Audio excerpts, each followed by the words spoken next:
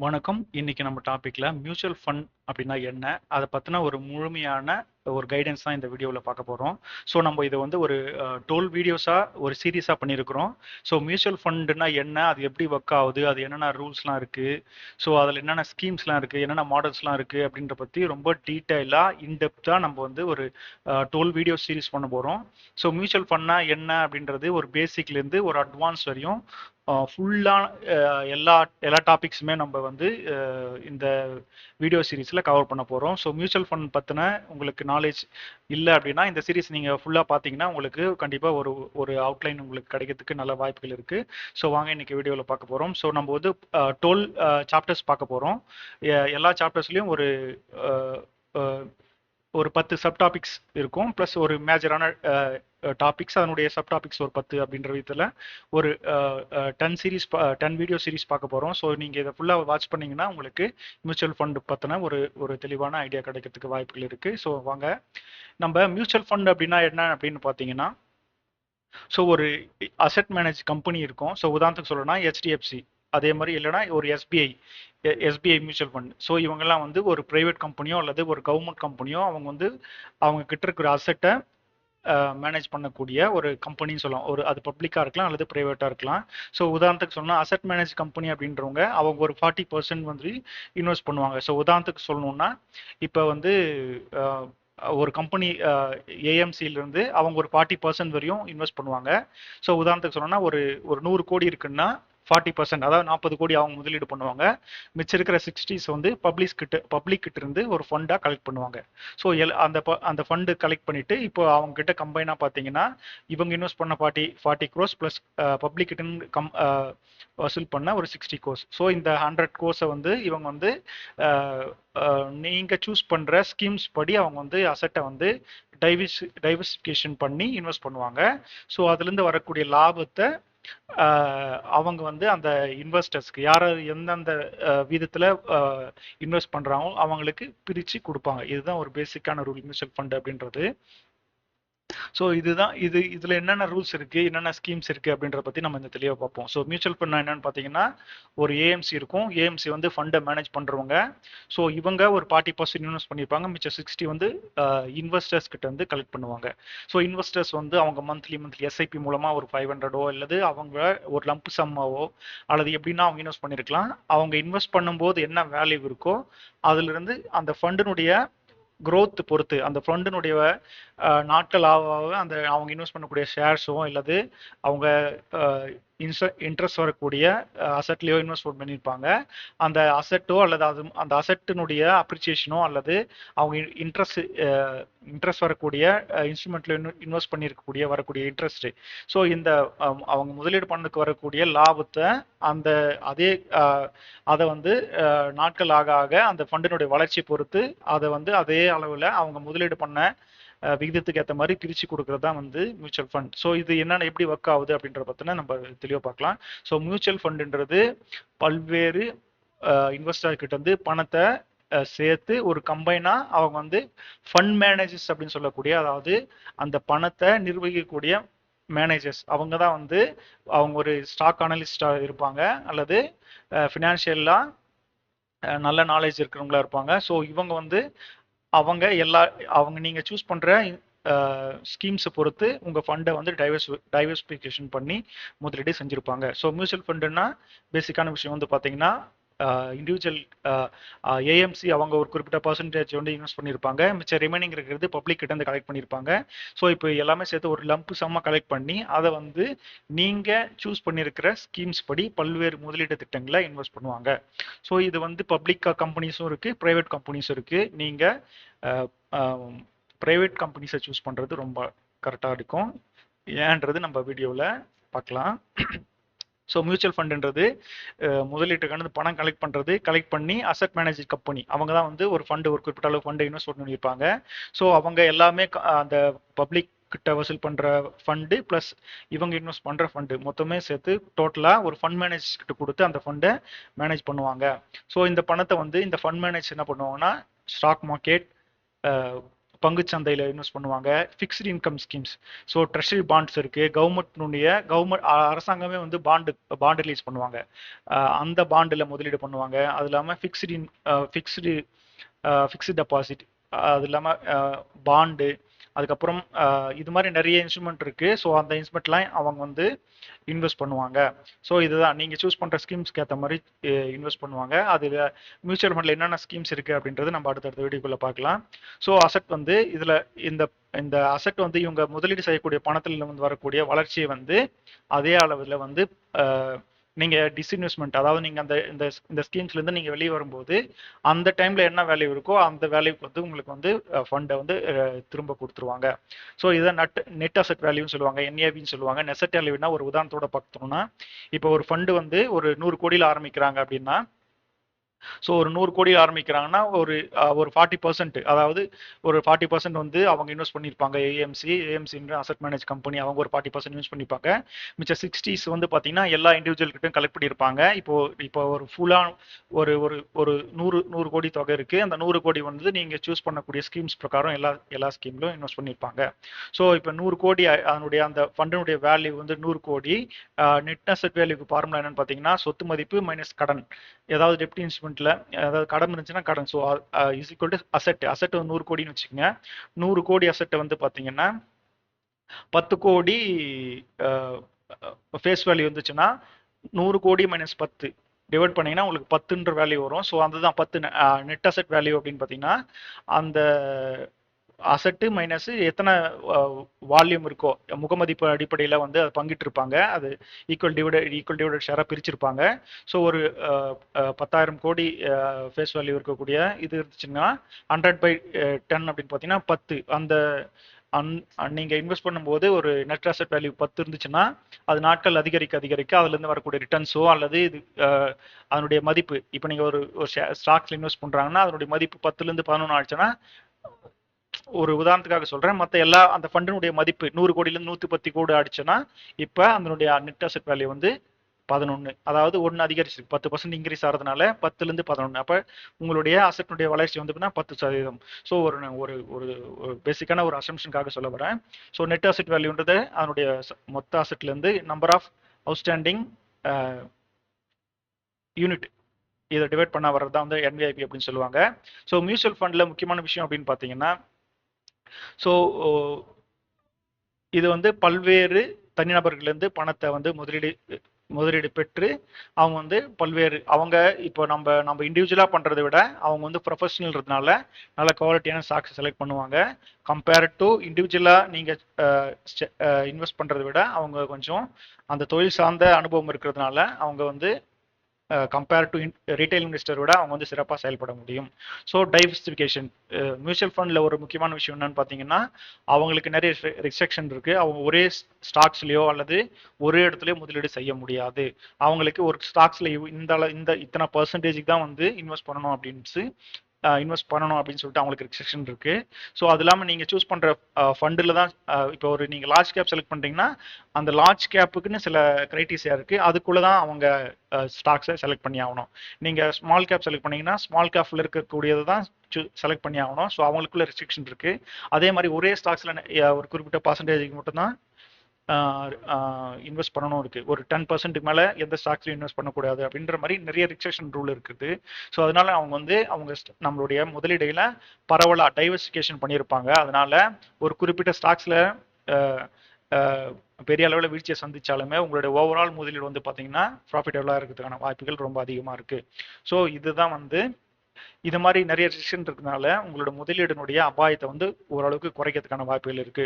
அடுத்து வந்து பார்த்தீங்கன்னா தொழில்முறை மேலாண்மை. இவங்க வந்து ப்ரொஃபஷனல்ன்றதுனால கம்பேர்ட் டு ரீட்டைல் ட்ரேடர்ஸ் மாதிரி இல்லாமல் இவங்க வந்து ரொம்ப எக்ஸ்பீரியன்ஸ்டான இருக்கிறதுனால ஃபண்ட்ஸை வந்து இவங்க ப்ராப்பராக மேனேஜ் பண்ணுவாங்க. கம்பேர் டு ரீட்டைல் ட்ரேடர்ஸை விட ரீட்டைல் இன்வெஸ்டர்ஸை விட இவங்க ப்ரொஃபஷனல்ன்றதுனால இவங்களுக்கான மேனேஜ்மெண்ட் டெக்னிக்ஸ் நிறைய யூஸ் பண்ணுவாங்க.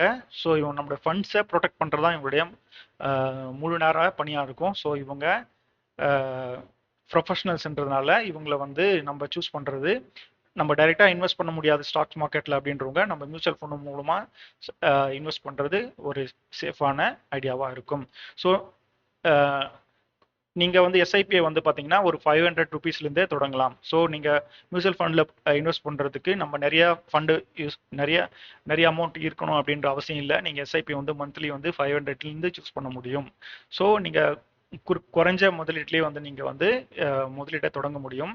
ஸோ லிக்விடிட்டி நீங்கள் இதில் நிறைய நிறைய ஃபண்ட்ஸ் இருக்கிறதுனால நீங்கள் எந்த ஸ்கீம்ஸில் இருந்தாலும் மியூச்சுவல் ஃபண்ட்லேருந்து ஈஸியாக எக்ஸிட் ஆக முடியும். ஸோ நீங்கள் ஒரு ஃபண்டில் உள்ளே போகிறதும் வெளியே வர்றதும் ரொம்ப ஈஸியாக இருக்கும். உங்களுக்கு அசட் தேவை அப்படின்னா நீங்கள் எப்படின்னா வந்து மியூச்சுவல் ஃபண்ட்லேருந்து வெளியே வர முடியும். அதில் சில ஓப்பன் எண்டட் ஸ்கீம்ஸ் அப்படின்னு இருக்குது. ஓப்பன் எண்டட் ஸ்கீம்ஸில் நீங்கள் எப்படின்னா இன்வெஸ்ட் பண்ணலாம். நீங்கள் எப்போனாலும் உங்களுடைய முதலீட்டை முறிச்சு கொண்டு அதுலேருந்து வெளியே வர முடியும். ஸோ இதில் சில குறிப்பிட்ட க்ளோஸ்ட் எண்ட் ஸ்கீம்ஸ் இருக்குது. அதில் நீங்கள் குறிப்பிட்ட காலம் வரையும் நீங்கள் அதை ஹோல்ட் பண்ணுற மாதிரி இருக்கும். ஆனால் நீங்கள் ஓப்பன் எண்டடில் நீங்கள் சூஸ் பண்ணீங்கன்னா நீங்கள் எப்போனாலும் அந்த ஃபண்டை வந்து வெளியே வர முடியும்.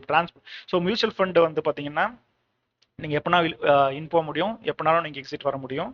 அதெல்லாம் பார்த்தீங்கன்னா மியூச்சுவல் ஃபண்டில் வந்து உங்களோட நெட் அசெட் வேல்யூவை டெய்லி வரக்கூடிய ஃப்ளக்சுவேஷன்ஸை நீங்கள் அந்த வெப்சைட்டில் மியூச்சுவல் ஃபண்டுடைய வெப்சைட்டில் நீங்கள் நெட் அசெட் வேல்யூ பார்த்து நீங்கள் தெரிஞ்சுக்கலாம். உங்களுடைய போர்ட்ஃபோலியோ எந்த அளவுக்கு ஒர்க் ஆகிட்டு இருக்கு அப்படின்றத நீங்கள் டெய்லி அதை வாட்ச் பண்ணிக்க முடியும்.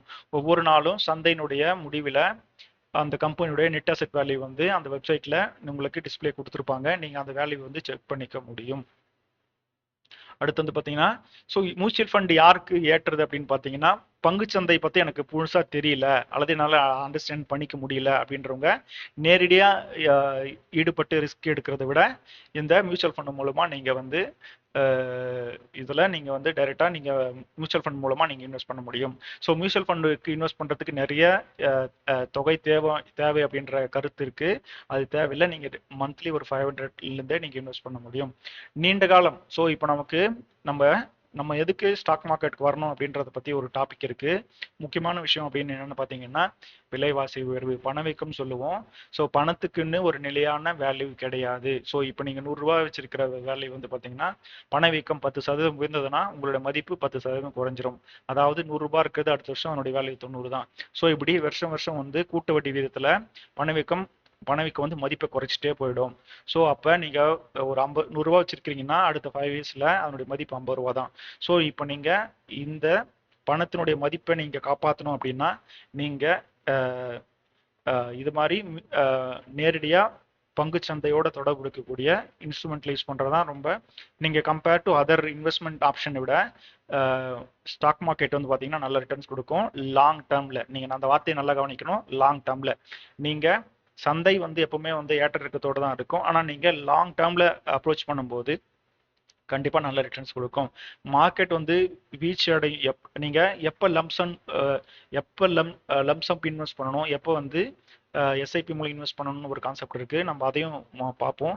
எப்போல்லாம் மார்க்கெட்ஸ் வந்து கிராஷ் அப்படின்னு சொல்கிறது 30% அல்லது 40% வீழ்ச்சி அடையுதோ அப்போல்லாம் வந்து நீங்கள் உங்கள் லம்சம்பை வந்து நீங்கள் மியூச்சுவல் ஃபண்டில் இன்வெஸ்ட் பண்ணலாம். ஏன்னா அப்போ தான் வந்து பார்த்தீங்கன்னா நிறைய யூனிட்ஸ் கிடைக்கும். உங்களுக்கு வேல்யூ கம்மியாக இருக்கிறதுனால நிறைய யூனிட்ஸ் கிடைக்கும்.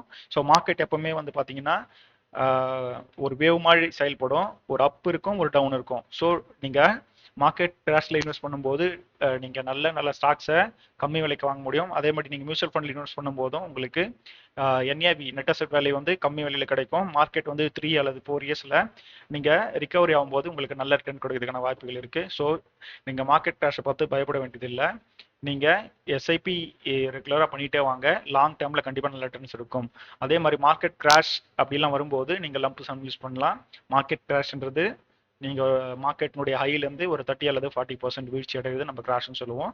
அது மாதிரி வாய்ப்புகள் இருக்கும்போது கண்டிப்பாக நம்ம மார்க்கெட் கிராஷ் 30 அல்லது 30 to 40%க்குள்ளே கிராஷ் இருக்கும்போது நம்ம தாராளமாக லம்ப் சம் இன்வெஸ்ட் பண்ணலாம். அப்போ வந்து நெட் அசெட் வேல்யூ ரொம்ப கம்மியாக இருக்கும். அந்த டைமில் நீங்கள் இன்வெஸ்ட் பண்ணீங்கன்னா மார்க்கெட் ஒரு 3 to 4 இயர்ஸில் ரிகவர் ஆகிட்டு அந்த ப்ரீவியஸ் ஹையை விட ரொம்ப அதிகமாக போகிறதுக்கான வாய்ப்பு இருக்குது. அந்த நேரத்தில் உங்களுக்கு நல்ல ரிட்டர்ன்ஸ் கிடைக்கிறதுக்கான வாய்ப்புகள் இருக்குது.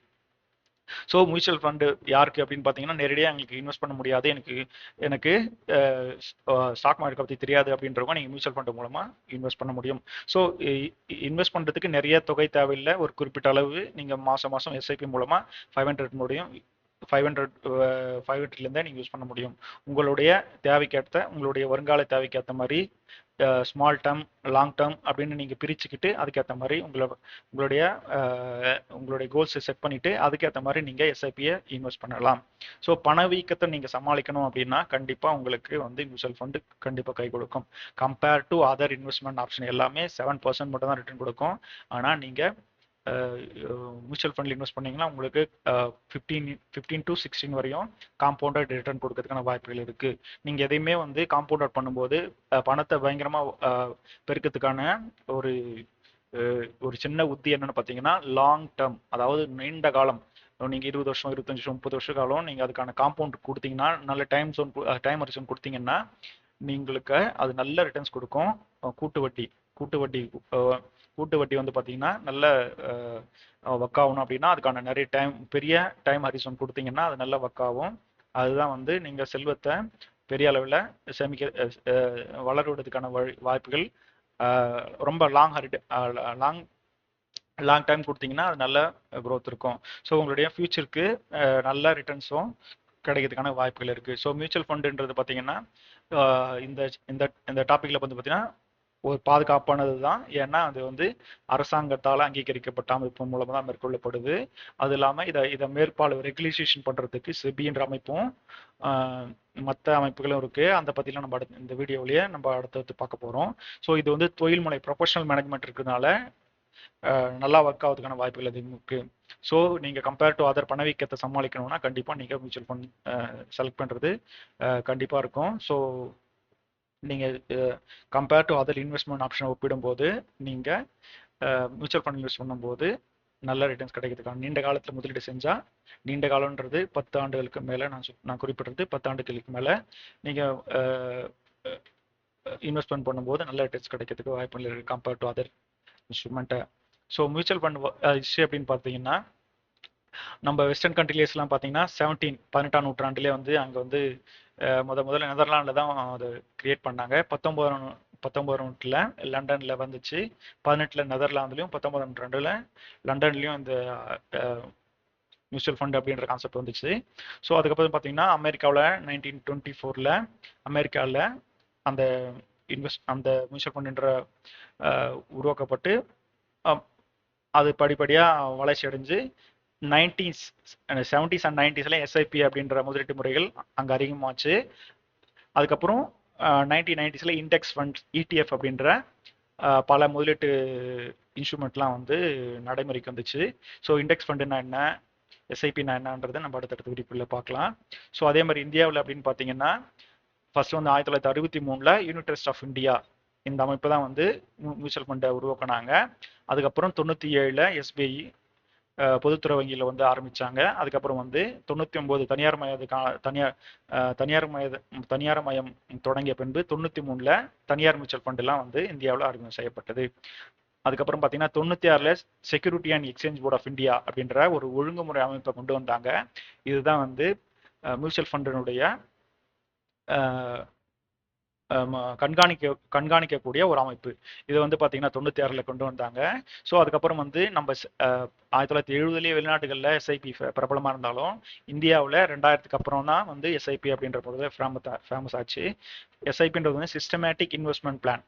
அதாவது நீங்கள் நமக்கு தேவையான வருங்காலத்துக்கு தேவையான முதலீடுகளை மாதம் எந்த ஒரு மாதம் முதலீடு செய்வது மூலமாக நம்ம அடையிறதான் எஸ்ஐபின்னு சொல்லுவோம். எஸ்ஐபின்றது ஒரு குறிப்பிட்ட தொகையை மாதம் நம்ம செலுத்திட்டு வரது தான் எஸ்ஐபின்னு சொல்லுவாங்க. ஸோ அடுத்தடுத்த வீடியோக்குள்ள அதை பற்றியும் பார்ப்போம். ஸோ அதுக்கப்புறம் வந்து 2020க்கு அப்புறம் தான் இண்டெக்ஸ் ஃபண்ட் அப்படின்றது கான்செப்ட் வந்து, அதுக்கப்புறம் இடிஎஃப் அப்படின்ற ஃபண்ட்ஸும் வந்து ரொம்ப இந்தியாவில் வந்து ஃபேமஸ் ஆச்சு. ஸோ அது என்னென்ன அப்படின்றது அடுத்த வீடியோக்குள்ள நம்ம அதை பற்றி தெளிவாக பார்ப்போம். இண்டெக்ஸ் ஃபண்ட்ஸ்னா என்ன, அது எப்படி ஒர்க் ஆகுது அப்படின்றத பற்றியும் நம்ம அடுத்தடுத்த வீடியோக்குள்ள பார்ப்போம். ஸோ மியூச்சுவல் ஃபண்டு வளர்ச்சிக்கு முக்கியமான காரணம் அப்படின்னு பார்த்தீங்கன்னா பங்கு சந்தை வளர்ச்சி. நம்ம பார்த்தீங்கன்னா ஒரு ஆண்டு வீதத்தில் பார்த்தீங்கன்னா ஒரு 20% கூட்டு வட்டி வீதத்தில் பங்குச்சந்தை வந்து மிக வேகமாக வளர்ந்துட்டே வருது. ஸோ எல்லாருமே வந்து பங்குச்சந்தையில் முதலீடு செய்யணும்னு நினைச்சாங்க. ஆனால் டைரெக்டாக இன்வெஸ்ட் பண்ணுறது ரிஸ்க் அப்படின்றதுனால மியூச்சுவல் ஃபண்டை நிறைய பேர் தேர்ந்தெடுத்தாங்க. ஸோ அதனால மியூச்சுவல் ஃபண்டோட வளர்ச்சி வந்து ரொம்ப இந்தியாவில் அபரிதமாக தான் இருக்கு.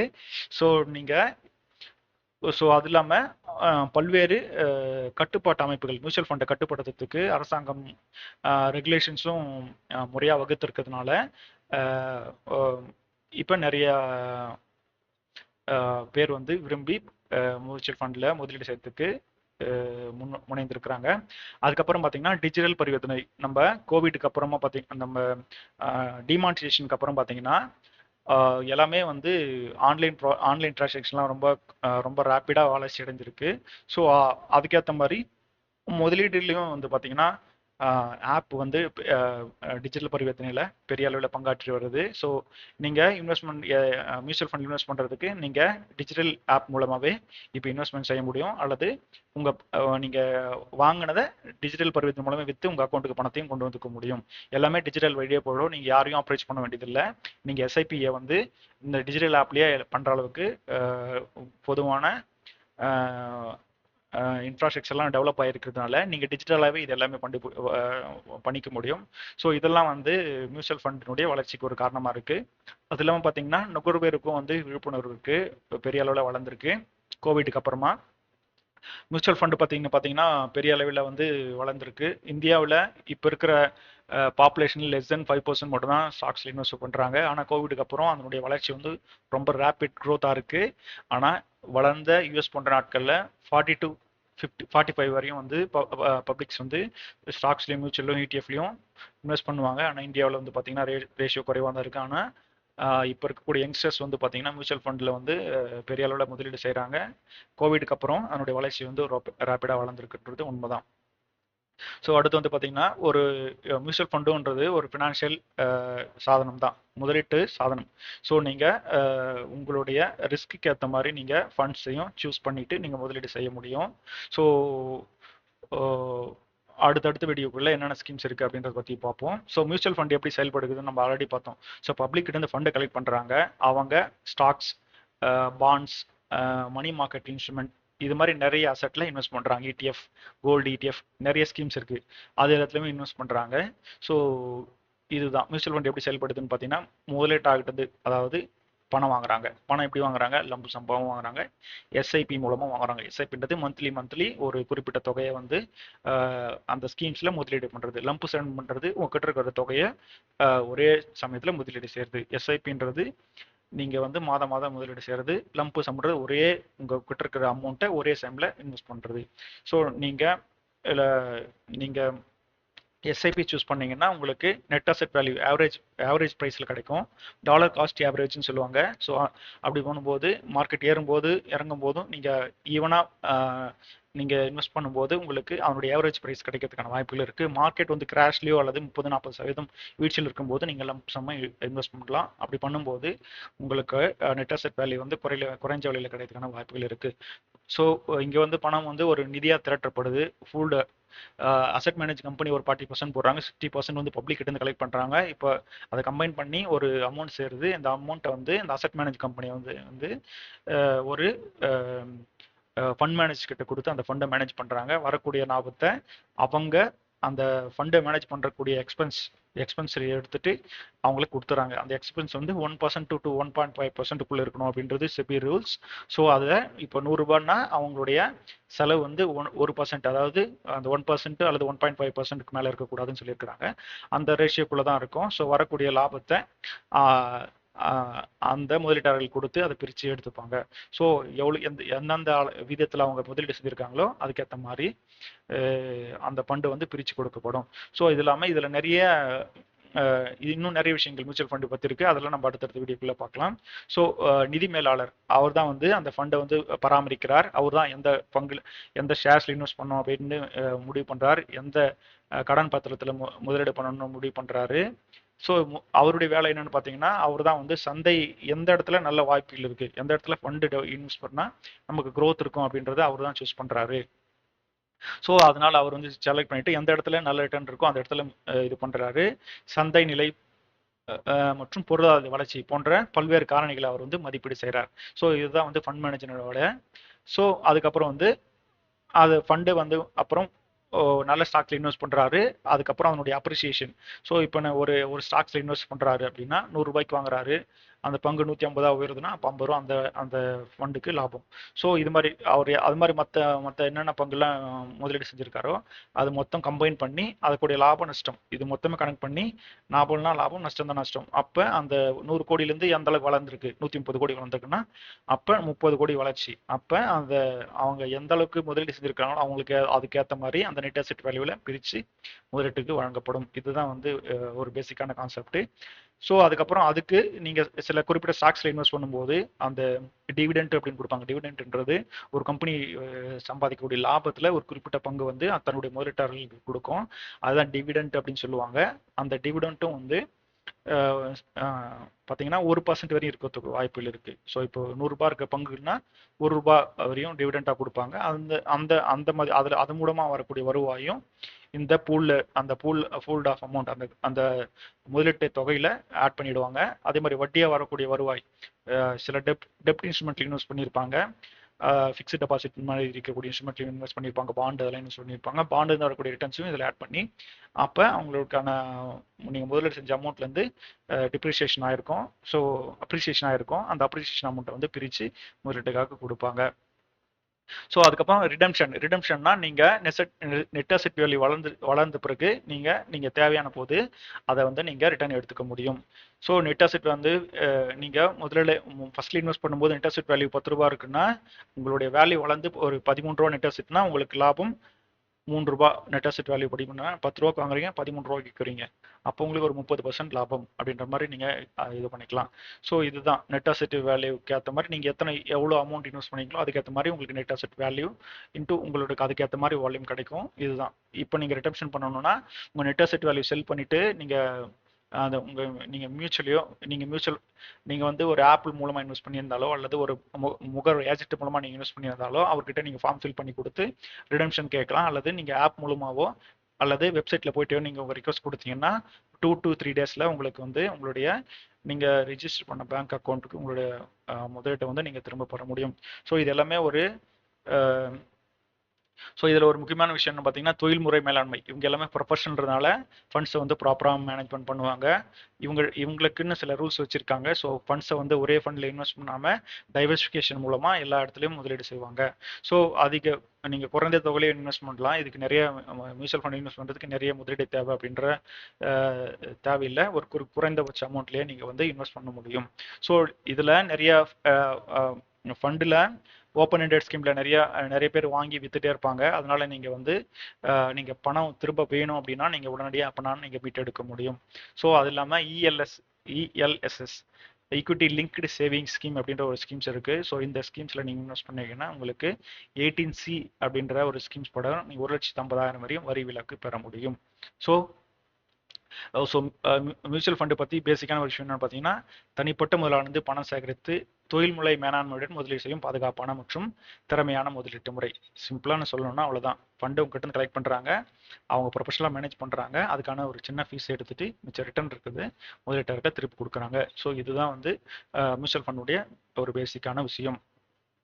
ஸோ மியூச்சுவல் ஃபண்ட் மூலமாக என்ன அவங்களுக்கு பெனிஃபிட் அப்படின்னு பார்த்தீங்கன்னா இதே தான் ப்ரொஃபஷனல் மேனேஜ்மெண்ட்டு டைவர்சிஃபிகேஷன் பிரித்து பங்குகளில் முதலீடு செய்கிறாங்க. நீங்கள் அஃபோர்டபுள் நீங்கள் 500 ரூபாயிலேருந்து இன்வெஸ்ட் பண்ண ஸ்டார்ட் பண்ண முடியும். ஈஸி லிக்விடிட்டி நீங்கள் இதில் நிறைய ஃபண்ட்ஸ் இருக்கிறதுனால நிறைய ஒருத்தர் வாங்கினா இது விற்கக்கூடிய நிறைய வாங்கி விற்கிற ட்ரான்சாக்ஷன் நிறைய நடக்கிறதுனால நீங்கள் எப்போனாலும் உங்களுக்கு தேவையான அசெட்டை வந்து விற்றுட்டு நீங்கள் ஈஸியாக வெளிவர முடியும். ஸோ குறைந்த ரெகுலேஷன்ஸ்னால இந்த மியூச்சுவல் ஃபண்டு வந்து செபின்ற அமைப்பு வந்து ரெகுலேஷன் பண்ணுறதுனால இது எல்லாமே நீங்கள் உங்களுடைய அசெட் வேல்யூவை நீங்கள் டெய்லி டிரான்ஸ்பரண்ட்டாக பார்த்துக்க முடியும். ஸோ ஒரு ரெகுலேஷன் பாடி இருக்கிறதுனால இவங்க வந்து எல்லாமே ஒரு ப்ராப்பராக தான் செய்வாங்க. அரசு திட்டங்களுக்கு உட்பட்டு தான் செய்வாங்க. ஸோ இவங்களுடைய அசெட் வேல்யூவை நீங்கள் ஈஸியாக டிரான்ஸ்பராக பார்த்துக்க முடியும். ஸோ இது ரெகுலேட்டரி இருக்கிறதுனால இது எல்லாமே ரொம்ப ப்ராப்பராக செயல்படும். நீங்கள் வந்து இந்த ஃபண்டை பற்றி ஏமாத்திடுவாங்க அப்படின்ற பயம் வந்து தேவையே கிடையாது. ஸோ அதுக்கப்புறம் இஎல்எஸ்எஸ் அப்படின்ற ஒரு ஸ்கீம்ஸ் இருக்குது. இந்த ஸ்கீம்ஸில் வந்து முதலீடு பண்ணிங்கன்னா 18C படி நீங்கள் வரி விலக்கு பெற முடியும். கம்பேர் டு அதர் இன்ஸ்ட்ருமெண்ட்டை ஒப்பிடும்போது மியூச்சுவல் ஃபண்டு வந்து பார்த்தீங்கன்னா ஸ்டாக்ஸ் டைரெக்டாக இன்வெஸ்ட் பண்ணால் உங்களுக்கு ரிட்டர்ன்ஸ் கிடைக்கும். அதை விட நீங்கள் மியூச்சுவல் ஃபண்ட் பண்ணிங்கன்னா தொழில்முறை மேனேஜ்மெண்ட் இருக்கிறதுனால ரிஸ்க் கம்மியாக இருக்கும். ப்ராஃபிட்டும் வந்து பார்த்தீங்கன்னா கொஞ்சம் குறைவாக தான் இருக்கும் கம்பேர் டு டைரெக்டாக இன்வெஸ்ட் பண்ணுறதை விட. நீங்கள் டைரெக்டாக இன்வெஸ்ட் பண்ணீங்கன்னா நிறைய ரிஸ்க் இருக்குது. ஸோ எல்லாருனாலும் பண்ண முடியாது. ஸோ எக்ஸ்பீரியன்ஸ் இருக்கிறவங்களாம் பண்ண முடியும். ஆனால் மியூச்சுவல் ஃபண்டை வந்து பார்த்தீங்கன்னா எல்லாருமே பண்ண முடியும். ஸோ இதில் என்னென்ன ஸ்கீம்ஸ் இருக்குன்ற நம்ம அடுத்தடுத்த வீடியோவில் பார்ப்போம். நீங்கள் எஸ்ஐபி பண்ண முடியும். எஸ்டபிள்யூபின்னு இருக்குது, சிஸ்டமேட்டிக் வித்ட்ராவல் ஃபண்ட். அது என்ன அப்படின்னு பார்த்தீங்கன்னா, ஸோ இப்போ உங்களுக்கு நீங்கள் ரிட்டைர்மெண்ட் ஆகுறீங்க, உங்களுக்கு பல்காக ஒரு அமௌண்ட் கிடைக்குது அப்படின்னா, எனக்கு மந்த்லி நான் இன்வெஸ்ட் பண்ணுறேன், எனக்கு மந்த்லி ஒரு குறிப்பிட்ட அளவு எனக்கு ரிட்டர்ன் வரணும் அப்படின்னா, நீங்கள் இதில் நிறைய ஸ்கீம்ஸ் இருக்குது. அந்த ஸ்கீம்ஸில் ரிஸ்கே இல்லாத ஸ்கீம்ஸை நீங்கள் செலக்ட் பண்ணணும். ஏன்னா நீங்கள் வந்து உங்களுடைய ஓய்வு காலத்தை சிறப்பான முறையில் நீங்கள் வழி நடத்தணும் அப்படின்னும் போது உங்களுக்கு ரிஸ்கே இல்லாத ஸ்கீம்ஸ்லாம் இருக்குது. ஸோ நீங்கள் அதாவது டெப்ட் இன்ஸ்ட்ருமெண்ட்னு சொல்லுவாங்க, கடன் கடன் கடன் சார்ந்த திட்டங்கள். அந்த அதாவது கவர்மெண்ட்டே சில ஸ்கீம்ஸ்லாம் இருக்குது. அந்த ஸ்கீம்ஸ்ல இன்வெஸ்ட் பண்ணீங்கன்னா நீங்கள் பேங்க்கில் உங்களுக்கு 6% வருதுன்னா அதை விட ஒரு 2%, 9% அல்லது 10% வரையும் அதில் ரிட்டர்ன்ஸ் கிடைக்கிறதுக்கு வாய்ப்புகள் இருக்குது. ஸோ உங்களுக்கு கூடுதலான ரிட்டர்ன் கிடைக்கும் மியூச்சுவல் ஃபண்ட் இன்வெஸ்ட் பண்ணும்போது. ஸோ நீங்கள் அந்த பிளானை சூஸ் பண்ணிக்க முடியும், சிஸ்டமேட்டிக் வித்ட்ராவல் பிளானை. ஸோ நீங்கள் இப்போ நீங்கள் ஃப்யூச்சரில் நம்ம பசங்க வந்து அப்ராடில் படிக்க வைக்கணும், அல்லது நம்ம வீடு வாங்கணும், அல்லது ஓய்வூதியத்துக்கான நம்ம கூட சேவிங்ஸை சேவ் பண்ணோம் அப்படின்னா நீங்கள் மியூச்சுவல் ஃபண்டை அதுக்கேற்ற மாதிரி திட்டமிட்டு நீங்கள் முதலீடு செய்ய முடியும். ஸோ கம்பேர் டு நீங்கள் டைரெக்டாக இன்வெஸ்ட் பண்ணுறத விட த்ரோ மியூச்சுவல் ஃபண்டு முதலீடு பண்ணீங்கன்னா, நீண்ட காலத்துக்கு முதலீடு பண்ணீங்கன்னா கண்டிப்பாக நல்ல ரிட்டர்ன்ஸ் இருக்கும். ஸோ நீங்கள் ஈக்விட்டி தொடர்புடைய சேவிங் ஸ்கீமில் மியூச்சுவல் ஃபண்டில் இன்வெஸ்ட் பண்ணுங்கள். நீங்கள் யங்ஸ்டராக இருக்கும்போதே ஸ்டார்ட் பண்ணுங்கள். ஈக்விட்டி லிங்க்டு ஸ்கீமில் சூஸ் பண்ணீங்கன்னா உங்களுக்கு நல்ல ரிட்டர்ன்ஸ் இருக்கும். நீங்கள் ரொம்ப ஏஜ்டு பர்சன் அப்படின்னா நீங்கள் டெப்ட் இன்ஸ்ட்ருமெண்ட்டில் சூஸ் பண்ணுங்கள். உங்களுக்கு ரிட்டர்ன்ஸ் குறைவாக தான் இருக்கும், இருந்தாலும் அதுதான் ரொம்ப சேஃப். ஆனால் நீங்கள் யங்ஸ்டராக இருக்கீங்க அப்படின்னா நீங்கள் ஈக்விட்டி லிங்க்டு சேவிங் ஸ்கீமை சூஸ் பண்ணுங்க. நீண்ட காலத்தில் உங்களுக்கு நல்ல பெரிய அளவில் ரிட்டர்ன்ஸ் கொடுக்கும். ஸோ நீங்கள் திட்டமிட்ட முதலீடு செஞ்சீங்கன்னா எதிர்கால தேவைகளை நீங்கள் ஈஸியாக நிரப்ப முடியும். ஸோ மூலதனம் பாதுகாப்பு, ஸோ கேபிட்டல் ப்ரொடக்ஷன், இது எல்லாமே வந்து இந்திய அரசாங்கத்தால் பாதுகாக்கப்பட்ட மேலாண்மை அமைப்புன்றதுனால உங்களுக்கான கேபிட்டல் ப்ரொடக்ஷன் இருக்கும், ரிஸ்க் மேனேஜ்மெண்ட்டும் இருக்கும். ஸோ நீங்கள் எல்லாமே இது ஒரு ப்ராப்பரான அரசாங்க விதிகளுக்கு உட்பட்டு செயல்படுறதுனால உங்கள் பணம் போயிடும் அப்படின்ற பயம் தேவையில்லை. கண்டிப்பாக நீங்கள் தைரியமாக முதலீடு செய்ய முடியும். ஸோ மியூச்சுவல் ஃபண்டில் ஒன்லி அட்வான்டேஜ் மட்டும் தான் இருக்கா, ரிஸ்க் இல்லையா அப்படின்னு கேட்டிங்கன்னா அதுவும் இருக்குது. அது என்னன்றதை பற்றி பார்ப்போம். சந்தை அபாயம், நீங்கள் ஈக்விட்டி ஃபண்டில் மியூச்சுவல் ஃபண்டில் ஈக்விட்டி ரிலேட்டட் ஸ்கீம்ஸில் இன்வெஸ்ட் பண்ணும்போது சந்தை அபாயத்துக்கு உட்பட்டது அப்படின்னு சொல்லுவாங்க. சந்தைன்னா நீங்கள் மியூச்சுவல் ஃபண்ட் இன்வெஸ்ட் பண்ணக்கூடிய அனைத்து பணத்தையும் அவர்கள் பங்கு சந்தையில் தான் நீங்கள் ஸ்கீம் செலக்ட் பண்ணணும் அப்படின்னு சொல்லியிருக்கிறோம். அதில் நிறைய ஸ்கீம்ஸ் இருக்குது, நம்ம அடுத்தடுத்த வீடியோவில் பார்ப்போம். நீங்கள் சந்தை சார்ந்த திட்டங்களை செலக்ட் பண்ணும்போது சந்தை அபாயத்துக்கு உட்பட்டது. அதாவது பங்கு சந்தை வந்து பார்த்தீங்கன்னா எப்பவுமே ஒரே நேர்கோட்டில் பயணிக்காது, ஒரு ஏற்ற இறக்கத்தோடு தான் செயல்படும். ஆனால் நீண்ட காலத்துக்கு நீங்கள் பார்த்தீங்கன்னா அது கண்டிப்பாக மேல் நோக்கி தான் இருக்கும். ஸோ நீங்கள் மார்க்கெட் வந்து பார்த்தீங்கன்னா பல ஏற்றங்களை சந்திச்சிருக்கு, பல சரிவுகளை செஞ்சிருக்கு. இருந்தாலும் ஆனால் நீண்ட காலத்துக்கு பார்த்தீங்கன்னா கண்டிப்பாக மேல் நோக்கி தான் போகும். நீங்கள் மார்க்கெட் கிராஷ் ஆகும்போது நீங்கள் வந்து பார்த்தீங்கன்னா லம்ப் சம் இன்வெஸ்ட் பண்ணலாம். மார்க்கெட் கிராஷ் முடிஞ்சு அதுலேருந்து ரிகவர் பேஸில் இருக்கும்போது நீங்கள் லம்ப் சம் இன்வெஸ்ட்மெண்ட் பண்ணலாம். ஆனால் இன்வெஸ்ட்மெண்ட் தைரியமாக பண்ணலாம். ஆனால் நீங்கள் எஸ்ஐபி மூலமாக மந்த்லி கன்சிஸ்டண்ட்டாக நீங்கள் இன்வெஸ்ட் பண்ணும்போது நீண்ட காலம் ஒரு 10+ இயர்ஸ்க்கு நீங்கள் எஸ்ஐபி மூலம் இன்வெஸ்ட் பண்ணும்போது உங்களுக்கான ரிஸ்க்ன்றது ரொம்ப ரொம்ப ரொம்ப குறைவு. ஸோ நீங்கள் ஒரு சின்ன ரிஸ்க் எடுக்கிறது தயங்கவே கூடாது. நம்ம யங்ஸ்டராக இருக்கிறவங்களுக்கு நான் சொல்கிறேன். ஸோ யங்ஸ்டராக இருக்கிறவங்க நீங்கள் மார்க்கெட்டினுடைய சின்ன ஃப்ளக்சுவேஷன் பற்றி பயப்பட வேண்டியதில்லை. நீங்கள் லாங் டேர்ம் இன்வெஸ்ட்மெண்ட் பண்ணுறதுக்கான 10 ஆண்டுகளுக்கு மேலே நீங்கள் இழக்குவீங்க. ஸோ ஷார்ட் டேர்ம் ஃப்ளக்சுவேஷன் பற்றி நீங்கள் ஃபீல் பண்ண வேண்டியதில்லை. நீண்ட காலத்துக்கு நீங்கள் பார்த்தீங்கன்னா கண்டிப்பாக சந்தை வந்து மேல் நோக்கி தான் இருக்கும். ஸோ நீங்கள் தைரியமாக இன்வெஸ்ட்மெண்ட் பண்ணலாம். ஸோ இது நீங்கள் ஈக்விட்டி ஸ்கீம்ஸை செலக்ட் பண்ணிங்கன்னா மார்க்கெட் சந்தையோட தொடர்புடையது. மார்க்கெட் எந்த அளவுக்கு வீழ்ச்சி அடையுதோ அந்த அளவுக்கு மியூச்சுவல் ஃபண்டும் வீழ்ச்சி அடைறதுக்கு வாய்ப்புகள் இருக்குது. ஆனால் அது எல்லாமே ஷார்ட் டேர்ம் தான். நீங்கள் லாங் டேர்ம் இன்வெஸ்ட் பண்ணும்போது அதை விட கூடுதல் ரிகவரி வரும்போது அதை விட பெரிய அளவில் வளர்ச்சி இருக்கும். ஸோ நீங்கள் நீண்ட காலத்தில் இன்வெஸ்ட் பண்ணீங்கன்னா நீங்கள் பேனிக் ஆகாமல் ஒரு லாங் டேர்ம் இன்வெஸ்ட் பண்ணிங்கன்னா உங்களுக்கு கண்டிப்பாக நல்ல ரிட்டர்ன்ஸ் இருக்கும். சந்தை அபாயத்துக்கு இருந்தாலும் சந்தை அபாயத்துக்கு உட்பட்டது அப்படின்னு நீங்கள் புரிஞ்சுக்கிறது ஒரு நீங்கள் அதை புரிஞ்சுக்கிறது ரொம்ப ஒரு பேசிக்கான கான்செப்ட். ஸோ அதெல்லாம் பார்த்தீங்கன்னா எக்ஸ்பென்ஸ் ரேஷியோன்னு இருக்குது, சார்ஜஸ். ஸோ நீங்கள் நம்ம ஆல்ரெடி பார்த்தோம் அசட்மெண்ட் ஏஎம்சி வந்து அவங்களே வந்து ஒரு ப்ரைவேட் கம்பெனின்றதுனால அவங்க சர்வீஸும் ஃப்ரீயாக இருக்காது. ஒரு ஃபண்ட் மேனேஜருக்கான சேலரிஸ், அதுக்கப்புறம் அவங்க வாங்கி விற்கிறதுக்கான எக்ஸ்பென்சஸ், இது எல்லாமே வந்து அந்த அந்த டோட்டல் போர்ட்ஃபோலியோலேருந்து தான் அவங்க எக்ஸ்பென்ஸை மீட் பண்ணுவாங்க. ஸோ அது வந்து பார்த்தீங்கன்னா எக்ஸ்பென்ஸ் ரேஷியோ வந்து பார்த்தீங்கன்னா 0.5, 1% 1.5% வரையும் ஆவரேஜாக எல்லா ஸ்கீம்லையும் நீங்கள் முதலீடு செய்யக்கூடிய மொத்த தொகையிலேருந்து 1% 1.5% வரையும் ஃபண்ட் மேனேஜர் வந்து எக்ஸ்பென்ஸ் ரேஷியோவாக இருக்கும். அதே மாதிரி நீங்கள் பணத்தை எக்ஸிட் லோடுன்னு சொல்லுவாங்க. அதாவது நீங்கள் பணத்தை மீட்கும் போது ஒரு குறிப்பிட்ட சதவீதத்தை வந்து அவங்க வந்து கட்டணமாக வாங்குவாங்க. நீங்கள் இன்வெஸ்ட் பண்ணும்போதும் ஒரு குறிப்பிட்ட சதவீதத்தை வந்து கட்டணமாக வாங்குவாங்க. ஆனால் அது ரொம்ப குறைவாக தான் இருக்கும். ஒரு 0.5%லேருந்து 1% மாரி இருக்கும். எக்ஸிட் லோடும் வந்து பார்த்தீங்கன்னா 0.5%லேருந்து 1% இருக்கும். ஆல்மோஸ்ட் பார்த்தீங்கன்னா நீங்கள் இன்வெஸ்ட் பண்ணக்கூடிய மொத்த தொகையில் 2% வரையும் 2% வரையும் அந்த எக்ஸ்பென்ஸ் ரேஷியோ இருக்கும். ஸோ நீங்கள் சூஸ் பண்ணும்போது குறைவான எக்ஸ்பென்ஸ் ரேஷியோ இருக்கிறத சூஸ் பண்ணுறது ரொம்ப சிறந்தது. ஸோ அப்போ நீங்கள் இன்வெஸ்ட் பண்ணுற அமௌண்ட்லேருந்து 2% வந்து அதுக்காக சார்ஜஸ் பண்ணுவாங்க. அதையும் நீங்கள் புரிஞ்சுக்கிறது. ஸோ ஆனால் செபி ரூல்ஸ் படி 2%க்கு மேலே இருக்கக்கூடாதுன்னு ஒரு ரூல்ஸ் இருக்குது. ஸோ அவங்க தொழில்முறை மேனேஜ்மெண்ட் பண்ணாலும் அவங்களோட முதலீட்டுலேருந்து 2%க்கு மேலே அவங்க எடுக்க மாட்டாங்க. ஸோ நம்ம உறுதியாக நம்பலாம். ஸோ நீங்கள் ஈக்விட்டி நீங்கள் ஃபிக்ஸ்டு டெபாசிட்லையோ அல்லது ஆர்டியில் போட்டிங்கன்னா கண்டிப்பாக உங்களுக்கு வருமானம் கிடைக்கும்.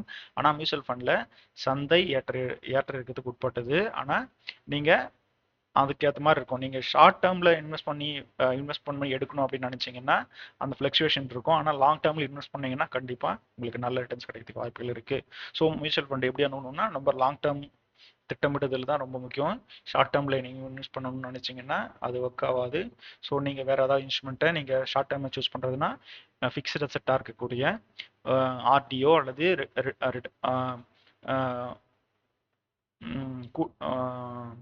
ஆர்டிஓ அல்லது ஃபிக்ஸ்டு டெபாசிட் நீங்கள் சூஸ் பண்ணிக்கலாம். ரெக்கரிங் டெபாசிட்னு சொல்லக்கூடிய ஆர்டிஓ அல்லது எஃப்டிஓ வந்து நீங்கள் சூஸ் பண்ணிக்கலாம். லாங் டேர்ம் இன்வெஸ்ட் பண்ணக்கூடிய அமௌண்ட்டை மொத்தம் நீங்கள் மியூச்சுவல் ஃபண்டுக்கு கொண்டு வரது சிறப்பாக இருக்கும். முதலீட்டின் மீது முழு கட்டுப்பாடு இல்லை. இதில் என்ன சொல்ல வரோம்னா ஃபண்ட் மேனேஜர்ஸா நீங்கள் எதுவுமே முடிவு எடுக்க முடியாது. ஏன்னா ஃபண்ட் மேனேஜர் கிட்ட நீங்கள் ஃபண்டு கொடுத்துட்றீங்க. எந்த ஸ்டாக்ஸை வாங்கணும், எந்த ஸ்டாக்ஸை விற்கணும், எப்போ வாங்கணும், எப்போ விற்கணும் அப்படின்ற மொத்த முடிவும் ஃபண்ட் மேனேஜர் தான் எடுப்பார். ஸோ அவருடைய முடிவுகள் பொறுத்து தான் வந்து எல்லா குரோத்தும் இருக்கும். ஸோ முதலீட்டின் மீது முழு கட்டுப்பாடு நமக்கு கிடையாது. எல்லாமே அந்த பங்குச்சந்தை ஃபண்ட் மேனேஜர் கிட்ட தான் இருக்குது. ஸோ நம்ம ஃபண்ட் மேனேஜர் சூஸ் பண்ணுறதும் ஒரு முக்கியமான விஷயம். நல்லா அவருடைய ப்ரீவியஸ் எக்ஸ்பீரியன்ஸ் எல்லாம் நீங்கள் பார்த்து சூஸ் பண்ணணும் ஃபண்ட் மேனேஜரை. ஸோ நம்ம அடுத்தடுத்து வரக்கூடிய வீடியோவில் ஃபண்ட் மேனேஜர் எப்படி சூஸ் பண்ணுறது அப்படின்றத பற்றியும் நம்ம சொல்லியிருக்கிறோம். இந்த சீரீஸாக 10 வீடியோஸை ஃபுல்லாக வாட்ச் பண்ணிங்கன்னா உங்களுக்கு மியூச்சுவல் ஃபண்டை பற்றி ஒரு நல்ல தெளிவான ஐடியா உங்களுக்கு கிடைக்கும். நீங்கள் கண்டிப்பாக நீங்கள் நம்ம முதலீடு அப்படின்ற ஒரு விஷயத்தை பற்றி நாங்கள் நல்ல ஒரு தெரிஞ்சுக்கணும் அப்படின்னா இதுக்காக டைம் ஸ்பெண்ட் பண்ணுறது ரொம்ப ரொம்ப முக்கியம். நீங்கள் இந்த மாதிரி விஷயங்களை நீங்கள் டைம் ஸ்பெண்ட் பண்ணீங்கன்னா உங்களுடைய நாலேஜ் கெயின் ஆச்சுன்னா கண்டிப்பாக உங்களுக்கு இதை பற்றின ஒரு அவேர்னஸ் இருந்துச்சுன்னா கண்டிப்பாக நீங்கள் உங்களை பங்குச்சந்தை மியூச்சுவல் ஃபண்டோ அல்லது சொல்லி நீங்கள் ஏமாறாமல் இருக்கிறதுக்கும் நீங்கள் நல்ல பிளானை சூஸ் பண்ணுறதுக்கும் இது ரொம்ப ஹெல்ப்ஃபுல்லாக இருக்கும். இந்த வீடியோவை ஃபுல்லாக பாருங்கள், கண்டிப்பாக உங்களுக்கு ஹெல்ப்ஃபுல்லாக இருக்கும். ஓகேங்களா? அடுத்து நீங்கள் பார்த்தீங்கன்னா நீங்கள் நீங்கள் லாங் டேர்மில் இன்வெஸ்ட் பண்ணீங்கன்னா கண்டிப்பாக வந்து நல்ல ரிட்டர்ன்ஸ் தான் இருக்கும். குறைஞ்சபட்சம் மியூச்சுவல் ஃபண்டுன்னு அப்படின்னு நீங்கள் இப்போ நல்ல ரிட்டர்ன் தரணுன்னாவே 5 to 10 years முதலீடு செய்வது ரொம்ப முக்கியமானது. நீங்கள் அதுக்கும் குறைவாக நீங்கள் இன்வெஸ்ட் பண்ணணும் அப்படின்னு நினச்சிங்கன்னா நீங்கள் வந்து எஃப்டிஓ ஆர்டிஓ சூஸ் பண்ணிக்கோங்க. ஆனால் லாங் டேர்ம் இன்வெஸ்ட் பண்ணக்கூடிய அமௌண்ட்டை மட்டும் நீங்கள் கொண்டு வாங்க. எப்போ லம்சம் இன்வெஸ்ட் பண்ணணும்னா ஒரு மார்க்கெட் கிராஷோ அல்லது பெரிய அளவில் வீழ்ச்சி அடையும் போது நீங்கள் அப்போ பர்ச்சேஸ் பண்ணிங்கன்னா நெட் அசெட் வேல்யூ ரொம்ப குறைவாக இருக்கும். ஸோ இதில் நிறைய ஸ்கீம்ஸ் இருக்குது, அதை பற்றிலாம் நம்ம அடுத்த வீடியோவில் பார்ப்போம். ஸோ லாங் டைம் இன்வெஸ்ட் பண்ணக்கூடிய அமௌண்ட்டை மட்டும் நீங்கள் இதில் கொண்டு வரணும். ஸோ நீங்கள் 1 லட்சம் வரையும் உங்களுக்கு வரி விலக்கு உண்டு. 1 லட்சத்துக்கு மேலே வரக்கூடிய லாபத்துக்கு 10% வரி இருக்குது. ஸோ நீங்கள் இது இதுக்கு வரக்கூடிய லாபத்துக்கும் நீங்கள் வரி செலுத்த மாதிரி இருக்கும். 10% 1,00,000க்கு மேலே இருக்கக்கூடிய அமௌண்ட்டுக்கு நீங்கள் 1,00,000க்கு 10% வரை வரி செலுத்த வேண்டியது இருக்கும். ஸோ சில ஃபண்ட்ஸில் வந்து பார்த்தீங்கன்னா நீங்கள் எக்ஸிட் வர்றதுக்கான வாய்ப்புகள் கொஞ்சம் குறைவாக இருக்கும். சில எல்லா மியூச்சுவல் ஃபண்ட்லையும் கிடையாது, டெப்ட் இன்ஸ்ட்ருமெண்ட். ஏன்னா அதுலேருந்து எக்ஸிட்கான அவங்க அதுக்கான வால்யூம் இருக்காது. ஸோ நீங்கள் குறிப்பிட்ட ஸ்கீம்ஸில் இருக்கும்போது நீங்கள் விற்கிறீங்கன்னா வாங்குறதுக்கு ஒரு ஆள் இருக்கணும். அதுக்கான பெரிய அளவில் ஒரு குறிப்பிட்ட கொஞ்சம் டிலேஸ் இருக்கும். அது வந்து பெரிய அளவில் இருக்காது. சின்ன சின்ன டிலேஸ் இருக்கிறதுக்கு வாய்ப்புகள் இருக்குது சில ஸ்கீம்ஸில், எல்லா ஸ்கீம்ஸ்லையும் கிடையாது. ஸோ அதே மாதிரி பார்த்தீங்கன்னா risk of over diversification. So இவங்க வந்து தங்களுடைய மியூச்சுவல் ஃபண்டினுடைய ஃபண்ட் மேனேஜர் எல்லாமே வந்து ரிஸ்க்கை குறைக்கணுன்றதுக்காக மல்டிபிள் ஸ்டாக்ல இன்வெஸ்ட் பண்ணியிருக்கிறதுனால ஒரு குறிப்பிட்ட ஸ்டாக் வந்து 50% வளர்ச்சிருந்தாலும் அந்த ஸ்டாக்ல அவங்க ஒரு குறிப்பிட்ட குறைஞ்ச அளவில் தான் முதலீடு செஞ்சிருப்பாங்க. அப்போ ஒரு குறிப்பிட்ட ஸ்டாக் 50% வளர்ச்சி எடுத்தாலும் அந்த ஓவரால் போர்ட்ஃபோலியோ வந்து பெரிய அளவில் க்ரோத் இருக்காது, ஒரு குறிப்பிட்ட அளவு தான் க்ரோத் இருக்கும். இதுவும் வந்து ஒன் ஆஃப் த லிமிடேஷன்ஸ் அப்படின்னு கூட சொல்லலாம். அடுத்து வந்து பார்த்தீங்கன்னா மியூச்சுவல் ஃபண்டினுடைய ஃபியூச்சர் பர்ஃபார்மன்ஸை வச்சு பழைய வளர்ச்சி வச்சு அடுத்த ஆண்டுலையும் இப்படி தான் இருக்கும் அப்படின்னு நம்ம ப்ரெடிக்ட் பண்ண முடியாது. அந்த சந்தையினுடைய ஏற்றத்துக்கு ஏற்ற மாதிரி அதனுடைய வளர்ச்சிகள் மாறுபடும். ஆனால் லாங் டேர்மில் இன்வெஸ்ட்மெண்ட் பண்ணிங்கன்னா, நான் லாங் டேர்ம்னு சொல்கிறது 10 ஆண்டுகளுக்கு மேலே இன்வெஸ்ட் பண்ணிங்கன்னா கண்டிப்பாக நல்ல ட்ரெண்ட்ஸ் இருக்கும். ஸோ ஃபியூச்சரை கனெக்ட் பண்ண முடியாது, இருந்தாலும் நம்மளுடைய ஃபண்ட் மேனேஜிங்குடைய ப்ரீவியஸ் எக்ஸ்பீரியன்ஸையும் அவங்களுடைய எக்ஸ்பென்ஸ் ரேஷியோவும் பார்த்து நம்ம நல்ல ஃபண்டை சூஸ் பண்ணுறது ரொம்ப ரொம்ப முக்கியமானது. அதுக்கப்புறம் நம்ம என்ன ஸ்கீம்ஸ் இன்வெஸ்ட் பண்ணுறோம் அப்படின்றத பற்றின ஒரு புரிதல் இருக்கணும். நம்ம இன்வெஸ்ட் பண்ணக்கூடிய அமௌண்ட்டு எந்த ஸ்கீம்ஸில் எத்தனை சதவீதம் அவங்க எப்படி டைவர்சிஃபிகேஷன் பண்ணி இன்வெஸ்ட்மெண்ட் பண்ணுறாங்க அப்படின்றத நம்ம தெரிஞ்சுக்கிறது ரொம்ப ரொம்ப முக்கியம். அதனுடைய அபாயங்களை நம்ம புரிஞ்சுக்கிறது ரொம்ப முக்கியம். ஸோ இயல்பாகவே பங்குச்சந்தை ஏற்றத்துக்கு ஏற்ற மாதிரி மியூச்சுவல் ஃபண்ட்லையும் அதனுடைய ஃப்ளக்சுவேஷன்ஸ் இருக்கும். ஸோ நீங்கள் ஈக்விட்டி மியூச்சுவல் ஃபண்டை செட் பண்ணீங்கன்னா லாங் டைம் தான் ரொம்ப பெஸ்ட்டானது. லாங் டேர்மில் உங்களுக்கான ரிஸ்க் ரொம்ப ரொம்ப குறைவு.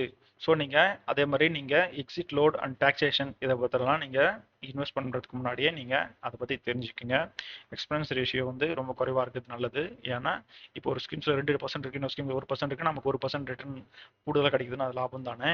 ஸோ அப்போ நீங்கள் எக்ஸ்பென்ஸ் ரேஷியோவும் சூஸ் பண்ணணும், நல்ல ஃபண்ட் மேனேஜர் சூஸ் பண்ணணும், ப்ரீவியஸில் அவங்க எந்த மாதிரி பர்ஃபார்மன்ஸ் கொடுத்துருக்காங்க அப்படின்னு பார்க்கறதும் ரொம்ப முக்கியமானது. அடுத்து வந்து பார்த்தீங்கன்னா நமக்கான உங்களுடைய ரிஸ்க் காப்பரேட்டுக்கு ஏற்ற மாதிரியான ஸ்கீம்ஸை சூஸ் பண்ணுறது ரொம்ப நல்லது. ஸோ என்னென்ன ஸ்கீம்ஸ் இருக்குது அப்படின்றத பற்றி நம்ம அடுத்த வீடியோவில் பார்க்கலாம். ஸோ யாரெல்லாம் மியூச்சுவல் ஃபண்டில் முதலீடு பண்ணலாம் அப்படின்னு பார்த்தீங்கன்னா சேலரிடி பர்சன்.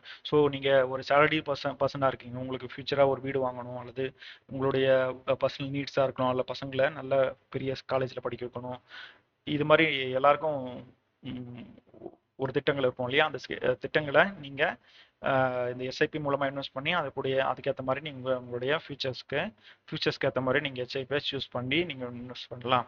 ஸோ பிஸ்னஸ் மேனஸ் அல்ல செல்ஃப் எம்ப்ளாயிஸ் வந்து தங்களுடைய வருமானத்தை பெருக்கவும் நீங்கள் வந்து இந்த மியூச்சுவல் ஃபண்டை நீங்கள் பயன்படுத்தலாம்.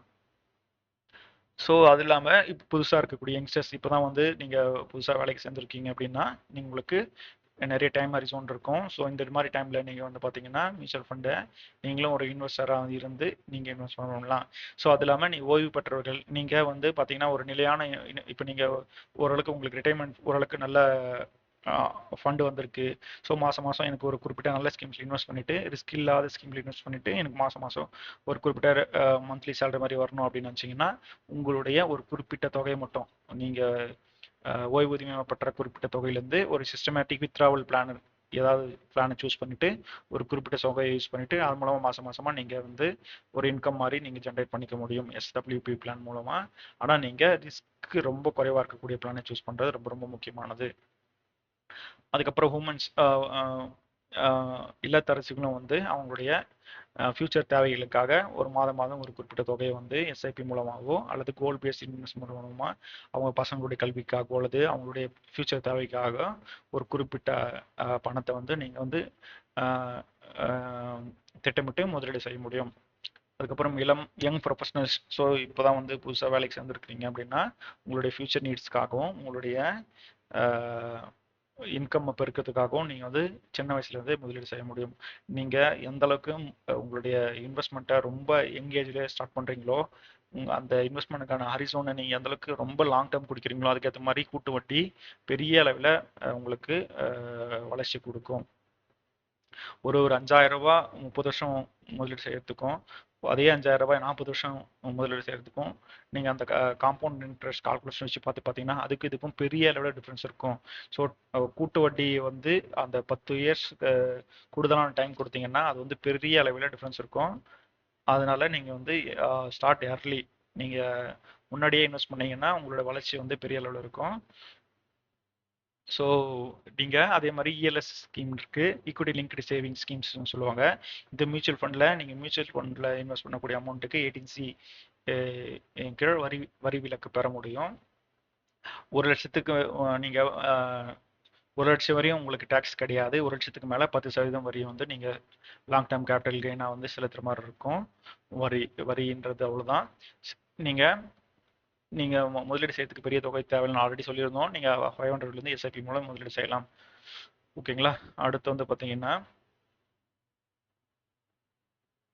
ஸோ மியூச்சுவல் ஃபண்டு ஏன் சூஸ் பண்ணோம் அப்படின்னு பார்த்தீங்கன்னா, நமக்கு நிறைய இன்வெஸ்ட்மெண்ட் ஆப்ஷன் இருந்தாலுமே எல்லாமே வந்து பார்த்தீங்கன்னா ரொம்ப குறுகிய அளவில், அதாவது 8%க்கும் குறைவாக தான் நமக்கு ரிட்டர்ன்ஸ் கொடுக்கும்.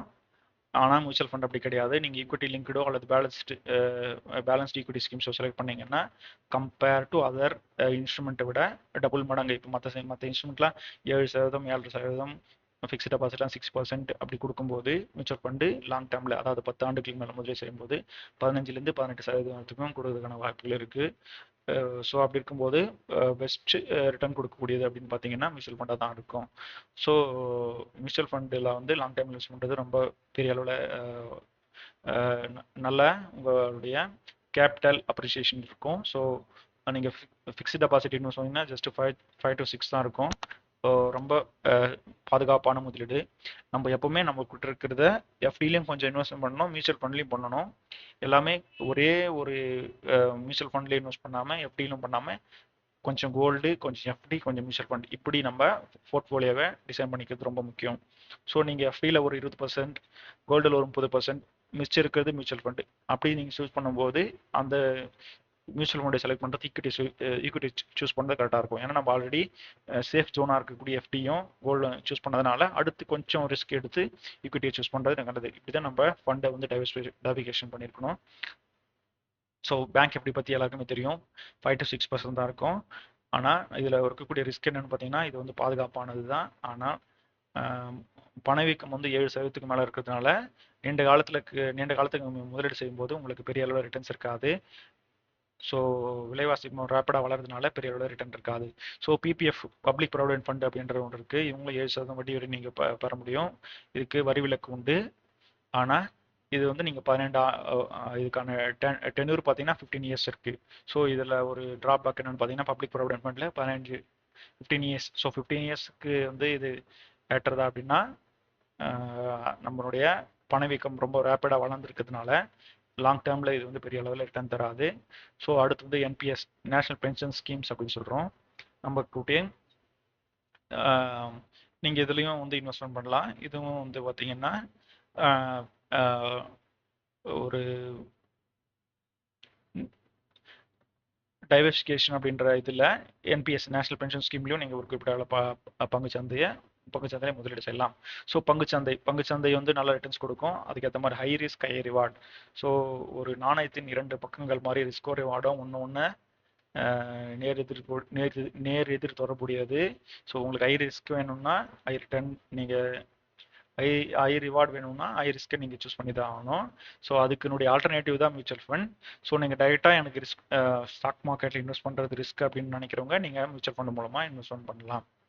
ஸோ தங்க முதலீடு பொறுத்த வந்தீங்கன்னா கவர்மெண்ட்டில் நீங்கள் ஃபிசிக்கல் கோல்டை வாங்கினீங்கன்னா உங்களுக்கு செய்கூலி சேதாரம், அதுக்கப்புறம் பார்த்தீங்கன்னா டேக்ஸு, ஜிஎஸ்டி அதெல்லாம் போட்டு நீங்கள் வாங்கக்கூடிய 100 ரூபாய்க்கு நீங்கள் கோல்டு வாங்கினீங்கன்னா 20 ரூபா வரையும் டேக்ஸ் இருக்கும். அப்போ நீங்கள் 100 ரூபாய்க்கு கோல்டு வாங்கினீங்கன்னா உங்களுக்கு 80 ரூபா அளவுக்கு தான் கோல்டு கிடைக்கும். அதுக்கு பதில் தான் வந்து கோல்டு இடிஎஃப் அப்படின்ற நீங்கள் இடிஎஃப்னு ஒன்று இருக்குது. ஸோ இடிஎஃப்ல வந்து பார்த்தீங்கன்னா நீங்கள் இடிஎஃப்ல 100 ரூபா முதலீடு பண்ணுறீங்கன்னா தங்கத்தினுடைய மதிப்பு 100 ரூபா இருக்குது 110 ஆச்சுன்னா உங்களுக்கு அதே அப்ரிசியேஷன் வேல்யூ வந்து அப்ரிசியேஷன் ஆகும். அது வந்து கோல்டு ETF சொல்லுவாங்க, எக்ஸ்சேஞ்ச் ட்ரேடர் ஃபண்டுன்னு சொல்லுவாங்க. இது இதை பற்றி நம்ம அடுத்த வீடியோவில் பார்ப்போம். அடுத்தடுத்த சீரீஸில் நம்ம இந்த ETF பற்றி பார்ப்போம். ஸோ நீங்கள் ETFலையும் முதலீடு செய்ய முடியும். ஸோ சொவரின் கோல்டு பாண்டு இருக்கு, கோல்டு பாண்டு இருக்கு. கோல்டு பாண்டில் வந்து வட்டி அதுக்கான டாக்ஸ் கிடையாது. நீங்கள் நீங்கள் தங்கத்தினுடைய விலை ஏற்றத்துக்கு ஏற்ற மாதிரி அதனுடைய ப்ரைஸும் ஏறும். ஸோ நீங்கள் இந்த செய்கூலி சேதாரம் இதெல்லாம் இல்லாமல் வாங்கணும் அப்படின்னு நினச்சிங்கன்னா சவரின் கோல்டு பாண்டை நீங்கள் சூஸ் பண்ணலாம். அதே மாதிரி ETF அதே மாதிரி தான், உங்களுக்கு அந்த வரிலாம் இல்லாமல் நீங்கள் முதலீடு செய்யக்கூடிய லாபங்கள் மட்டும் வாங்கணும்னா நீங்கள் வந்து அந்த மாதிரி ETF சூஸ் பண்ணலாம், அல்லது சவரின் கோல்டு பாண்டை சூஸ் பண்ணலாம். ஸோ அதை சூஸ் பண்ணும்போது உங்களுக்கு அந்த இந்த வரிகள், அதுக்கப்புறம் இந்த செய்கூலி சேதாரம் இல்லாமல் இப்போ நூறுரூபாய்க்கு வாங்குறோன்னா நூறுரூபாய்க்கு தங்க வாங்க முடியும்.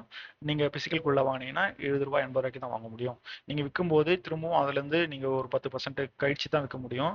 அப்போ உங்களுக்கு நீங்கள் வாங்கும்போதும் விற்கும்போது உங்களுக்கு 30% டெபிசிட் வரும். அதெல்லாம் நீங்கள் தவிர்க்கணும் அப்படின்னு நினச்சிங்கன்னா இந்த மாதிரி ETF சூஸ் பண்ணலாம், அல்லது கோல்டு பாண்டை சூஸ் பண்ணலாம். அதுவும் ஒரு நல்ல முதலீடு வாய்ப்பாக இருக்கும். அதுக்கப்புறம் வந்து பார்த்தீங்கன்னா நம்ம ரெகுலராக இருக்கக்கூடிய RD இது எல்லாமே நமக்கு எல்லாமே தெரியும். ஸோ இந்த ஒரு கம்பேரிஷன் கொடுத்துருக்கோம் பாருங்க. மியூச்சுவல் ஃபண்டு பார்த்தீங்கன்னா 8லேருந்து 15% வரும். மார்க்கெட்னுடைய சந்தை அபாயங்களுக்கு உட்பட்டது இருந்தாலும் லாங் டேர்மில் இன்வெஸ்ட் பண்ணும்போது நீங்கள் வந்து பார்த்தீங்கன்னா நல்ல டச் கொடுக்கும். மற்றபடி FD, public provident fund, gold ETF, national pension scheme இதெல்லாமே பார்த்தீங்கன்னா 10% அந்த ரேஞ்சில் தான் உங்களுக்கு ரிட்டர்ன் இருக்கும். டைரக்ட் ஸ்டாக் மட்டும் வந்து பார்த்தீங்கன்னா 10லேருந்து 20% வாய்ப்பு இருக்குது, ஆனால் கொஞ்சம் ரிஸ்க் அதிகம். ஸோ நம்ம ரிஸ்க்கை குறைக்கணும் அப்படின்றதுனால தான் நம்ம வந்து மியூச்சுவல் ஃபண்டு மூலமாக இன்வெஸ்ட்மெண்ட் பண்ணுறோம். நீங்கள் பங்குச்சந்தை அவாய்ட் பண்ணணும், அல்லது பங்குச்சந்தை நேரடி ஈடுபடக்கூடாது அப்படின்னு நினச்சிங்கன்னா நீங்கள் டைரெக்டாக வந்து மியூச்சுவல் ஃபண்டு மூலமாக இன்வெஸ்ட் பண்ணலாம். ஸோ நீங்கள் பாதுகாப்பாக நீங்கள் உங்களுடைய ரூ. 100 இருக்குன்னா ஒரு ரூ. 20 வந்து ஃபிக்ஸ்ட் டெபாசிட்டில் போடுங்க, ரொம்ப பாதுகாப்பானது. அதுக்கப்புறம் மிச்சம் இருக்கிற ஒரு ₹50 வந்து மியூச்சுவல் ஃபண்ட் ஸ்டாக்ஸ்ல இன்வெஸ்ட் பண்ணுங்க. மிச்சம் இருக்கிறது gold, national pension scheme, mutual fund இப்படி பிரித்து போடுங்க. ஸோ இப்படி தான் உங்களோட ஃபண்டை வந்து டைவர்சிஃபிகேஷன் பண்ணீங்கன்னா உங்களுக்கான ரிஸ்க் வந்து ரொம்ப குறைவாக இருக்கும். நீங்கள் ஒரு நல்ல ஃபினான்ஷியல் அட்வைசரை கன்சிடர் பண்ணுறது ரொம்ப ரொம்ப முக்கியம். ஃபினான்ஷியல் நாலேஜை நீங்கள் எந்த அளவுக்கு வளர்த்துக்கிறீங்களோ அது ரொம்ப ரொம்ப முக்கியம். ஸோ இதை நீங்கள் உங்களுடைய early ஸ்டேஜஸ்லேயே வந்து என்னென்ன முதலீட்டு திட்டங்கள் இருக்குது, என்னென்ன ஸ்கீம்ஸில் என்னென்ன லாபம் இருக்குது, நம்ம எப்படி நம்மளுடைய நீண்ட கால திட்டங்களுக்கு முதலீடு செய்கிறது, பணத்தினுடைய மதிப்பு எப்படி குறையுது, இப்படின்ற விஷயங்கள் எல்லாருமே நீங்கள் வந்து தெரிஞ்சுக்கிறது ரொம்ப ரொம்ப முக்கியம். நீங்கள் பணத்தினுடைய நாலேஜ் வளர்த்துக்கொண்டு எந்த அளவுக்கு வளர்த்துக்கிறீங்களோ அதை பொறுத்து உங்களுக்கு செல்வம் கண்டிப்பாக சேரும். ஏன்னா பணம் எப்படி ஒர்க் ஆகுது அப்படின்னு தெரிஞ்சுக்கிட்டீங்கன்னா நீங்கள் அதனுடைய மதிப்பை இழக்காமல் நல்ல ஸ்கீம் செலக்ட் பண்ணி முதலீடு செஞ்சு நீங்கள் நல்ல ரிட்டர்ன்ஸை பெற முடியும். ஸோ அடுத்து வந்து பார்த்தீங்கன்னா, ஸோ நம்ம ஆல்ரெடி பார்த்துருந்தோம். ஸோ செபி தான் வந்து இந்த ரெகுலேஷன் பாடி, அதாவது இந்த முதலீட்டாளர்களை பாதுகாக்கிறதுக்காக இந்திய அரசாங்கத்தால் தோற்றுவிக்கப்பட்ட ஒரு அமைப்பு. இவங்க தான் வந்து அந்த ஸ்டாக் மார்க்கெட்டையும் அதுக்கப்புறம் இந்த மியூச்சுவல் ஃபண்டையும் வந்து கண்காணிக்கக்கூடிய ஒரு அமைப்பு, செக்யூரிட்டி அண்ட் எக்ஸ்சேஞ்ச் போர்டு. அது இல்லாமல் அது செபி இல்லாமல் சில கட்டுப்பாட்டு அமைப்புலாம் இருக்குது. அது என்னென்ன அப்படின்றத இந்த அடுத்தடுத்து பார்ப்போம். செபியினுடைய முக்கிய ரோல் அப்படின்னு பார்த்தீங்கன்னா முதலீட்டாளர்களை பாதுகாப்பது. இவங்க வந்து ஸ்டாக்ஸ்லையும் அல்லது மியூச்சுவல் ஃபண்ட்லையும் இன்வெஸ்ட் பண்ணுறாங்க இல்லையா, இவங்க வந்து மோசடி செய்யாதபடி இவங்களை கண்காணிக்கிறது. அதாவது இந்த நம்ம எல்லாமே டைரெக்டாக இன்வெஸ்ட்மெண்ட் பண்ண முடியாது, எல்லாமே தேர்ட் பார்ட்டி ஆப் மூலமோ அல்லது ஏஎம்சி மூலமாக தான் இன்வெஸ்ட் பண்ண முடியும். ஸோ இவங்க அந்த ஏஎம்சியும் அந்த தேர்ட் பார்ட்டி ஆப்ஸையும் இவங்க எல்லாத்தையுமே கண்ட்ரோல் பண்ணக்கூடிய அமைப்பு எதுன்னு பார்த்தீங்கன்னா இந்த செபி தான் வந்து ஏஎம்சி அசட் மேனேஜ்மெண்ட் கம்பெனிஸையும் மியூச்சுவல் ஃபண்டையும் முறையாக செயல்படுது அப்படின்றத அவங்க தான் வந்து கண்காணிக்கிறாங்க. அதுக்கப்புறம் எல்லாருக்கும் சமமான வாய்ப்புகள் ஏற்பட்டிருந்தது. ஸோ அதுக்கப்புறம் முதலீட்டு நிறுவனங்களுக்கான விதிகள் வழிவகுக்கிறது, அதுக்கப்புறம் அவங்களுக்கான ரெகுலேஷன் வழிகாட்டுதல்கள்லாம் வழங்குறது. இது எல்லாமே வந்து இந்த ஏஎம்சிக்கும் புரோக்கர்ஸ்க்கும் இன்வெஸ்டர்ஸ்க்கும் ஃபினான்ஷியல் அட்வைஸ்க்கும் இவங்க எல்லாருக்குமே வந்து வழங்குறது. இது எந்த வேலையெல்லாம் அவங்க தான் பார்க்குறாங்க. அதுக்கப்புறம் வந்து பார்த்தீங்கன்னா இந்த ஏஎம்சி மேலே வரக்கூடிய புகார்கள்லாம் விசாரிக்கிறது, அதுக்கப்புறம் நல்லா லிக்விடிட்டி வழங்குறது, இந்த மாதிரி எல்லா ஒர்க்கையும் வந்து இந்த security and exchange board of India செபின்ற அமைப்பு தான் வந்து மியூச்சுவல் செபி தான் வந்து அவங்கள கண்காணிக்கிறாங்க. ரிசர்வ் பேங்க் எப்படி வந்து பார்த்தீங்கன்னா வங்கிகளை வங்கிகளினுடைய செயல்பாடுகள் எப்படி ஒழுங்குபடுத்துகிறாங்களோ அதே மாதிரி ரிசர்வ் பேங்க் செபி வந்து அந்த மியூச்சுவல் ஃபண்டை வந்து பார்த்தீங்கன்னா நிறுவனங்களை, அதாவது மியூச்சுவல் ஃபண்டு நிறுவனங்கள் ஏஎம்சி அசட் மேனேஜ்மெண்ட் கம்பெனியை அவங்க வந்து ரெகுலைசேஷன் பண்ணுறாங்க. ஸோ மானிட்டரி பாலிசி நிர்ணயிக்கிறது, வட்டி விகிதங்களை நிர்ணயிக்கிறது எல்லாமே வந்து ரிசர்வ் பேங்க் இந்தியா தான். ஸோ ஒரு நாணயத்தின் முழு மதிப்பு கட்டுப்பாடு வந்து ரிசர்வ் பேங்க் இந்தியா கிட்ட தான் இருக்கு. இவங்க வந்து அந்த வங்கி அல்லது டெப்டி இன்ஸ்ட்ருமெண்ட் நீங்க சூஸ் பண்றீங்கன்னா வட்டி விகிதங்கள் மேல ஒரு அதனுடைய பாலிசி ரேட், ரிசர்வ் பேங்கோடைய பாலிசி நோட்ஸை நீங்கள் வாட்ச் பண்ணுறது ரொம்ப முக்கியமாக இருக்கும்.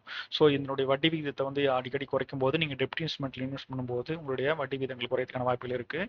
ஸோ மினிஸ்டர் ஆஃப் ஃபினான்ஸ் இவங்களும் வந்து பார்த்தீங்கன்னா டாக்ஸேஷன் பாலிசிஸும் இந்த மியூச்சுவல் ஃபண்டுக்கு டேக்ஸ் விதிக்கிறது, ஸோ இதெல்லாம் இவங்க தான் முடிவெடுக்கிறாங்க. ஸோ மியூச்சுவல் ஃபண்டில் இன்வெஸ்ட் பண்ணுறோம்னா அவங்க அந்தந்த நேரத்துக்கு ஏற்ற மாதிரி கேபிட்டல் கெயின் டேக்ஸ் எவ்வளோ விதிக்கிறாங்க அப்படின்றது நீங்கள் மினிஸ்டர் ஆஃப் ஃபினான்ஸினுடைய வெப்சைட்டில் வந்து தெரிஞ்சுக்கலாம். ஸோ